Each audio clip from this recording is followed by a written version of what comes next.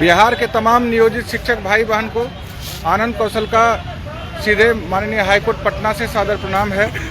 आप जितने भी नियोजित शिक्षक थे लगातार महीनों से संघर्ष कर रहे थे, सड़क पर भी और माननीय हाईकोर्ट पटना में भी। बिहार शिक्षक एकता मंच का हम लोगों ने गठन किया था और गठन करके सड़क पर भी बिना शर्त राज्यकर्मी का दर्जा के लिए संघर्ष कर रहे थे और माननीय हाईकोर्ट पटना में भी हम लोगों ने एक साथ संघर्ष करने का काम किया। अभी 10 मिनट पहले माननीय हाईकोर्ट पटना में नियोजित शिक्षकों की तरफ से जो सुनवाई चल रही थी बिना शर्त राज्यकर्मी का दर्जा, ऐच्छिक स्थानांतरण, प्रमोशन आदि का, वो सब सुनवाई पूरी हो गई है। हम बिहार के शिक्षकों की तरफ से माननीय सर्वोच्च न्यायालय नई दिल्ली के अधिवक्ता, वरिष्ठ अधिवक्ता श्री DS नायडू साहब जो पूर्व जज भी थे, उन्होंने अपना पक्ष कल बहुत ही मजबूती से रखा है।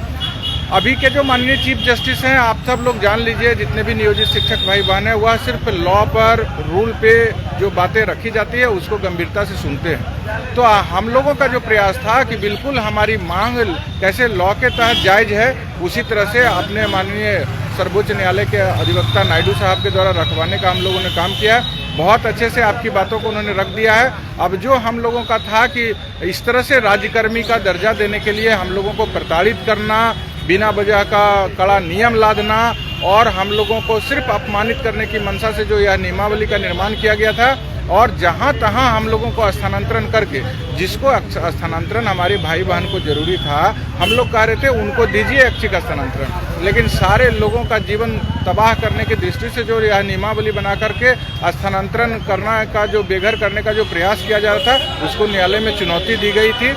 आप तमाम लोग जान रहे हैं कि आज सुनवाई जब पूरी हुई है तो अभी माननीय मुख्य न्यायाधीश ने ऑर्डर को रिजर्व रख लिया है। आप लोगों की तरफ से जितना भी बढ़िया से तर्क रखा जाना था वो रख दिया गया है। ऑर्डर फिलहाल रिजर्व कर लिए हैं, अब ऑर्डर आने दीजिए, उसके बाद फिर हम लोग मिलेंगे, बात करेंगे। ऑर्डर में हमको न्याय मिलेगा।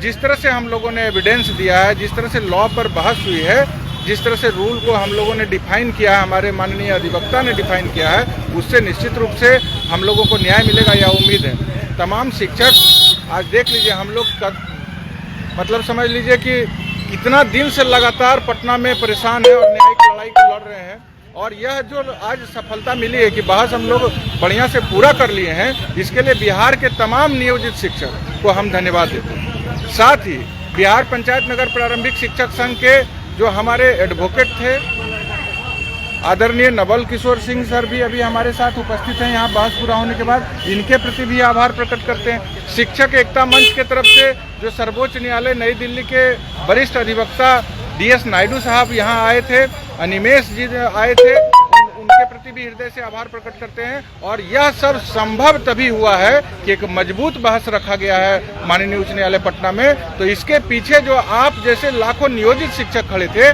जिन्होंने 2 घंटे में लाखों रुपये का सहयोग किया ताकि हम लोगों ने सर्वोच्च न्यायालय से अधिवक्ता को भी बुला सके और यहाँ पे एक बढ़िया बहस पूरा कर सके आप लोग के पक्ष में। तो तमाम नियोजित शिक्षक को आनंद कौशल कोटि कोटि प्रणाम करता है। परेशानी तो हर समय होते रहता है, रात दिन हम लोग नींद चैन को त्याग करके उच्च न्यायालय पटना में संघर्ष करे हैं। न्यायिक पूरे जितने भी संगठन है शिक्षकों का, सब रात दिन उनके अध्यक्ष लगे थे, शिक्षक एकता मंच के सारे लोग लगे थे और सारे संघों के अधिवक्ता महोदय भी लगे थे।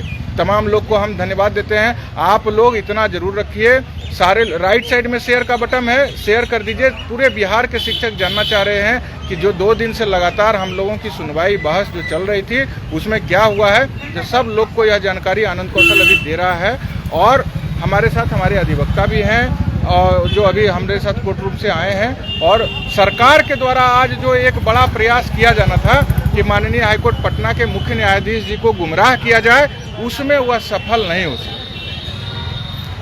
जितना भी सवाल माननीय